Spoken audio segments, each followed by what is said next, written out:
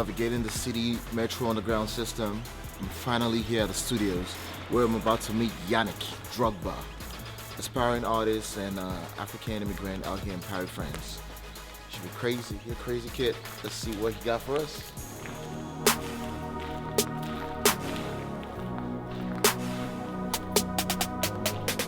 He's on the ground. That's how crazy the kid is. Rap first singer, reggae.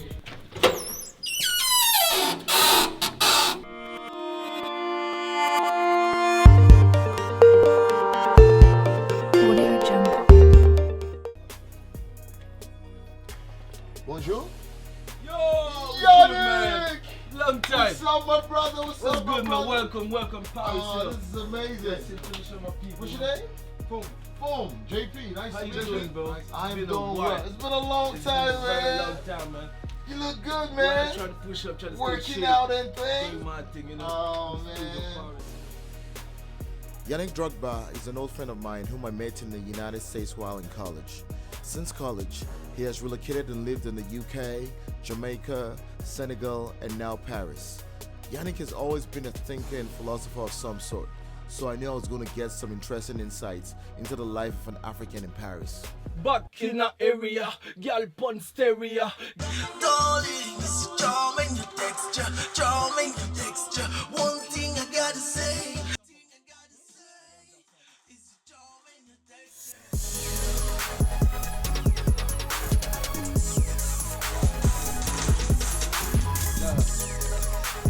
Well, basically, I was born in Ivory Coast. You know, growing up there, my parents were from different heritage and background. At the same time, my mom from tribes. my mom from Cabo Verde, which is actually an island, like Portuguese island by the side of Senegal. Oh, I think I know the islands. Yeah, Cabo Verde Yeah, island. And my father from Ivory Coast. But at the same time, they both been traveling a lot, so because they study abroad. And I think in all African country, at one point, all the parents want us to a certain point we achieve a certain background, outside the country, and especially in France, because it was like the ex-colonial power. The French. Yeah, the French. So basically we speak French in Ivory Coast. Yeah, like just now in the city of Paris, just walking around, I saw a lot of West African culture. Yeah. Like the outfit. I saw a lot of people dressed in that African outfit. A bunch of them. Yeah. More than I've ever seen in any other city in the world. You know why? Yeah. Because today is Sunday as well. Oh. And Sunday, in the African culture, especially in Africa, what they do is during the week they have plain clothes, occidental kind of modern looking clothes, and the Sunday is when they wear their traditional outfit to go see their parents, because they go see the family. Also, just to visit To parents. visit the parents. What about service? Church? Is Yeah, that big church here? is the morning, but you have to understand that we're in a country where there's the Muslim community is quite big as well here, and most people from the Western African countries. Yeah, they have Muslim background, but Sunday, so it's more it's a family thing basically. So Sunday is family time. Yeah, family time. It's Okay. nothing to do with religion. It's family Okay, time. so it's more family than It's religion. more family. It's like you work from Monday to whatever, you got to handle your business, but Sunday you need to go see your mom and your dad. Where's your mom and your dad in this case? Cause Mom, no, not you. Them. Like when you see your mom, okay. go see your mom and your dad. Because, Do they live in the outskirts of the city or? Well, basically, the more you evolve in socially, the more you get close to the center of Paris. Okay. And so everybody is looking for that.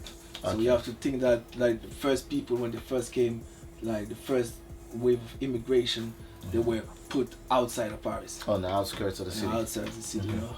And now their kids trying to merge into the city. Into the city and You then. know what I mean? So Trying on the to be weekends, corporate, you know what I mean? corporate, okay. You know? So on the weekends they go back to the outskirts to see their parents. To see your parents. So that's why we see them all dressed up All in dressed. the native Yeah, outfit. you see. That's amazing. So what would you say is so special about Paris, the city, in terms of African immigrants in the city? Well, I would say for the biggest part is they're eager to assimilate and integrate the French culture of today, but at the same time they're adding a lot. Their input to the French culture, especially in Paris, is amazing.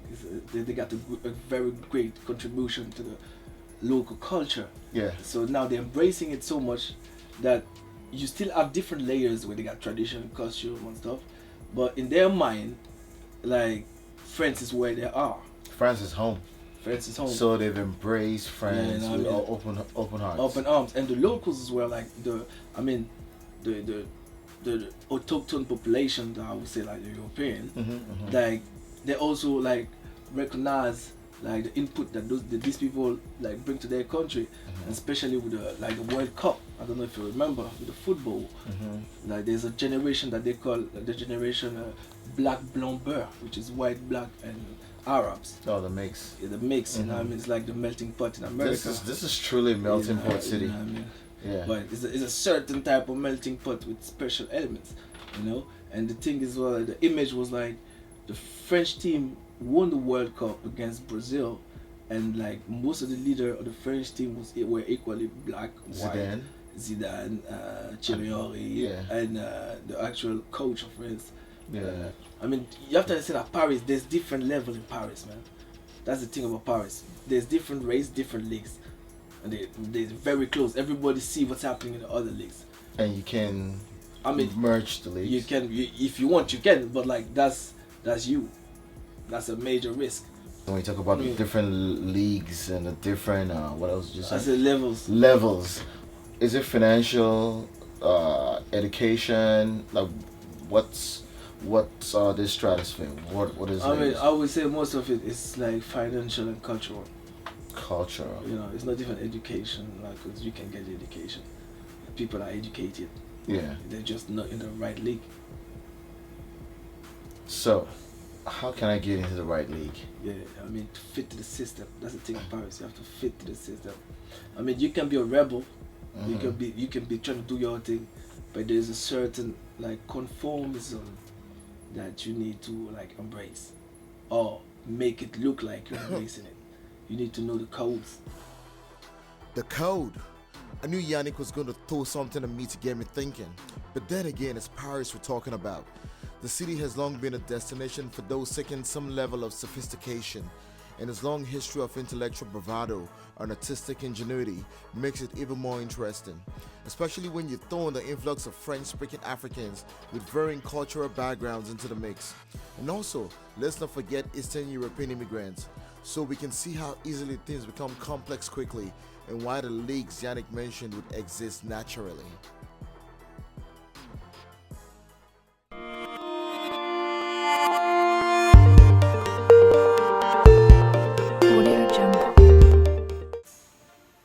After taking a day off to catch up on some research, today I was meeting up with Yannick to check out the African district and hopefully get a haircut and also try out some African food. I noticed a lot of young men on the streets hustling the pedestrians, trying to sell something to provide a service. I felt a generous sense of struggle and was looking to explore the subject some more. Biggie, how's it going, brother? Man, it's cool. We're on the system, man. On the system, that's what we're talking about. So how long have you been here in Paris? I've been here for the past 10 years. 10 years? Yeah. So what's the community like here? Being on African street, you know, like, you're from where? I'm from Nigeria. You're from Nigeria? Yeah. And I know France is heavily Francophone populated. Yeah, normally there's a lot of Francophone in Nigeria because it's a colony of the French people. They colonized a lot of African countries. Yeah. So how do you integrate, with your fellow Africans, the Francophone Africans? Like, what's the relationship like? The relationship is that we live as we are Africans, you know. At least we came from the same continent. So we just try to live together as brothers and sisters. Language-wise, do you speak French?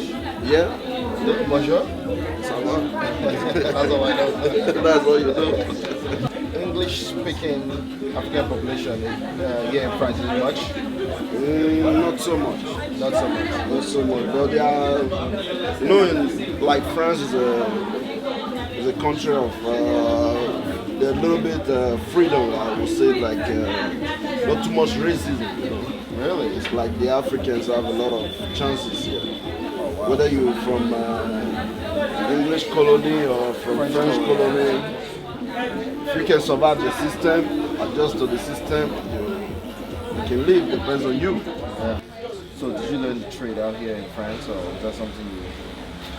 Automatically, I start cutting my hair in France. I started doing this job in France. It was not my job before. Oh, okay. But since I look, it's the most easiest job to get in France and to survive.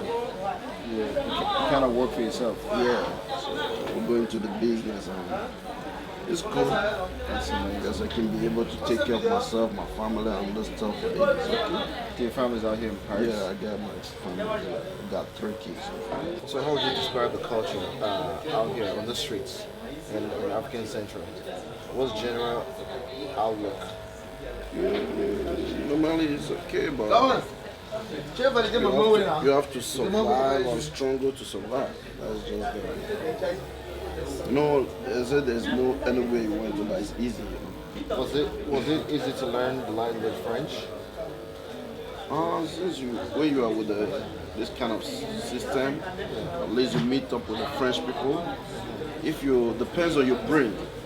If you're somebody that catch up the language very fast, you can pick maybe in 6 months or 6 months.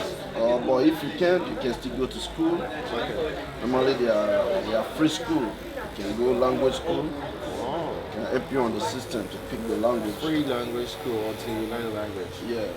So it depends on you. But like me, I didn't go to the school. I just learned mine on the street. On the streets.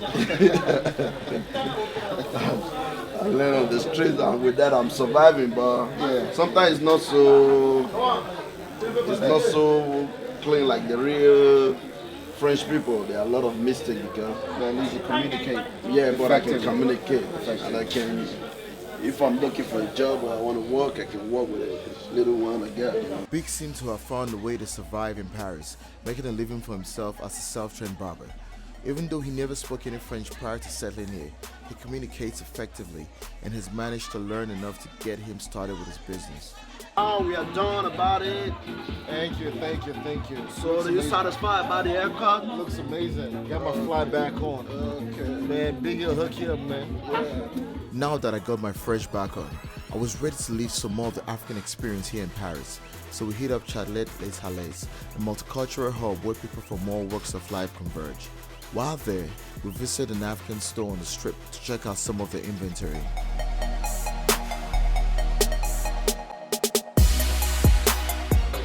What culture do you think this is from? Yo, we need to ask him. Ghana. Ghana. What culture? Akon. Do you get your pieces from any particular culture, or do Mixed. Or you mix them? Everywhere in Africa, West Africa. Even this African store had an aura of sophistication and style, so I wanted to try on some of these cool looking pieces. Yeah, that is very African. I look like a Look like a choker on you. I look like a choker. You don't want no choker, man. This one's better. Try this one. Not exactly my style, but the pieces here had a lot of history that came with them, and that was pretty cool to me. Just like it's commonplace to see around the world, it's no different in Paris. You see, there's a strong Afro-Caribbean connection. The relationship is there. See Bob Marley and some of these other Caribbean icons. A lot of the red, yellow, and green, all merged in this African store.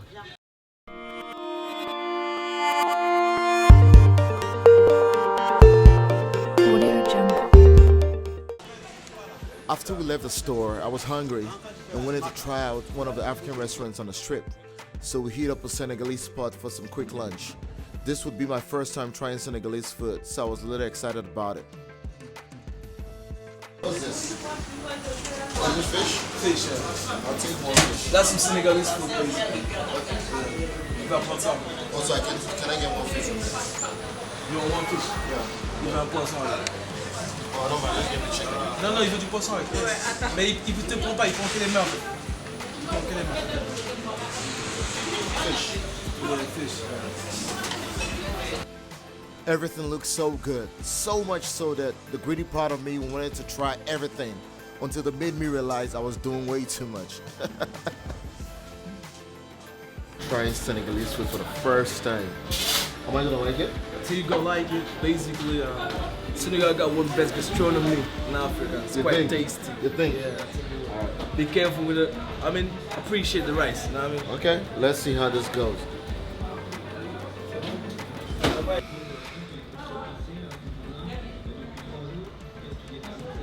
That's what I told you, man. You need to be focused on the food, man. I'm hungry.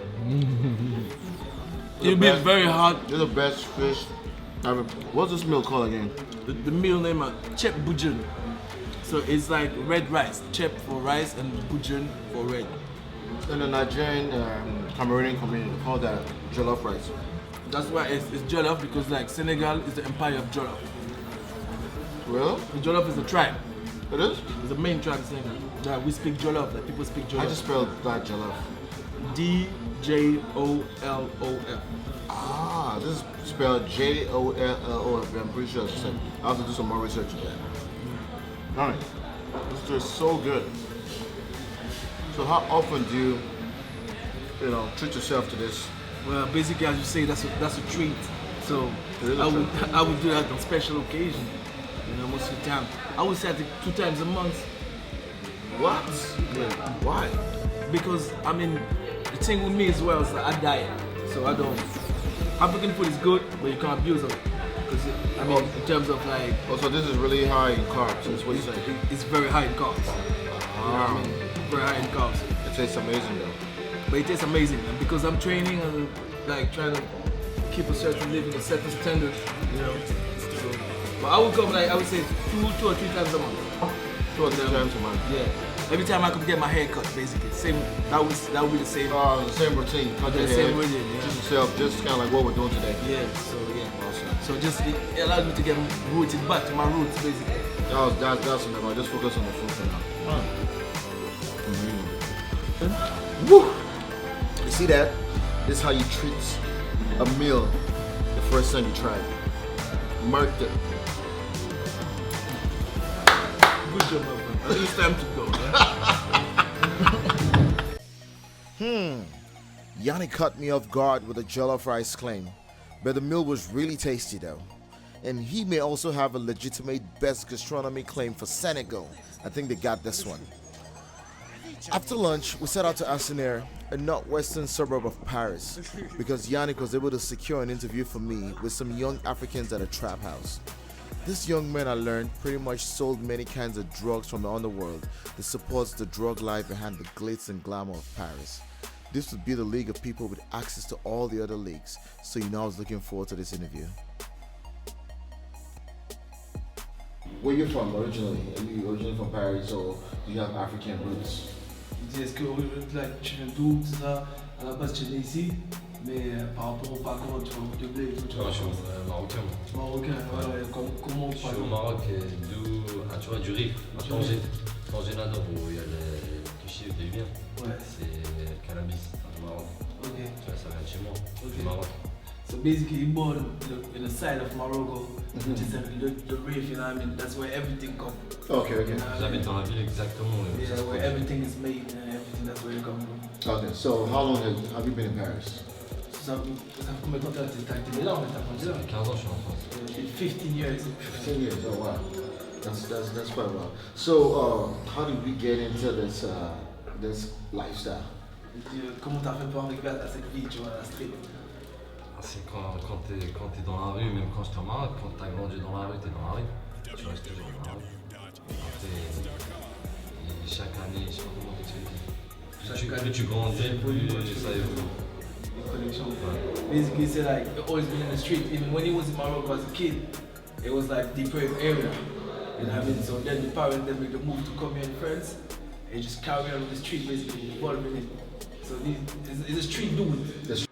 Midway through the first interview, our first interview was someone downstairs, and some people had seen us come in with cameras and wanted to know exactly what was going on. Even though the mood was less tense and maybe even jovial, there was an air of suspicion. So I had to earn the trust and make him understand my purpose was not to judge, but to understand their hustle. So is this something that's short term, or is this something that he's gonna keep on going with forever? Il demande est-ce que tu vas maintenir la street ou tu vas pas à un moment donné tu vas te caser, tu vas arrêter, tu vas faire mon fond. On va pas vivre dans la street toute notre vie, quand même pas. Bah oui, faut penser à se casser, non? Le but c'est pas d'être dans la street, c'est de faire et se barrer. C'est de se faire et se barrer. You see, the main goal is not to stay in the street. The main goal is like make the money and kick out the street. How do you get to that plateau? How do you know when you've made the money? Et dis comment tu What sais is que the tu es money? arrivé à un point où là tu peux faire autre chose de ta life. Genre quand tu as fait l'argent, ou faut que tu atteignes un certain niveau, c'est quoi les bails? Qu'est-ce qui va te dire, bon, ok c'est bon, là maintenant je me bouge, je me pose, Secret professionnel. C'est un secret, un professional secret. Secret professionnel. I can respect Secrets that. indeed. This young man represents a group of immigrants that were quote-unquote raised by the streets with little or no parental influence. They chose their path from way before some of them even knew it. And for some, this is all they've ever known. Like the Champs-Élysées, the Fashion Week, and any other fascinating occurrence in Paris, I came to understand that these young men had a role to play in the overall complexity of the city.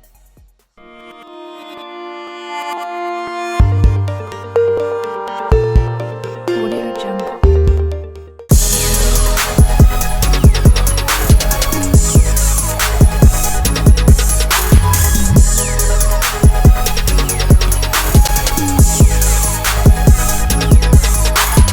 So the exact same shape at the top. Exact same shape at the top, and everything is squared up. Wow, it's like a book square, like the book square. You know how to make a stop at the Louvre? If you come to France and you don't stop here, you've never been to Paris. Get it? Oh, did I make it out here.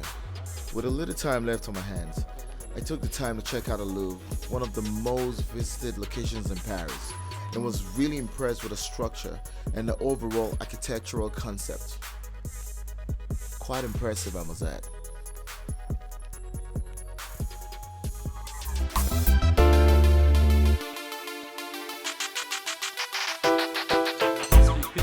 What's it? You can speak a bit of Portuguese, right? Okay. So something. Paris for me was an eye-opening experience as I got to learn about some of the social links that exist in the city. Just like most big cities, however, there's a sense of hardship in the lower echelons of society, mostly populated by African immigrants. The struggle in the outskirts of the city was real, as can be seen on the faces of pedestrians on the streets or in the heavily utilized underground train system. But as soon as you continue inward into the middle of the city, the vibe begins to change, and you can literally get a sense of the shift in levels. Quite complex and interesting, I must add.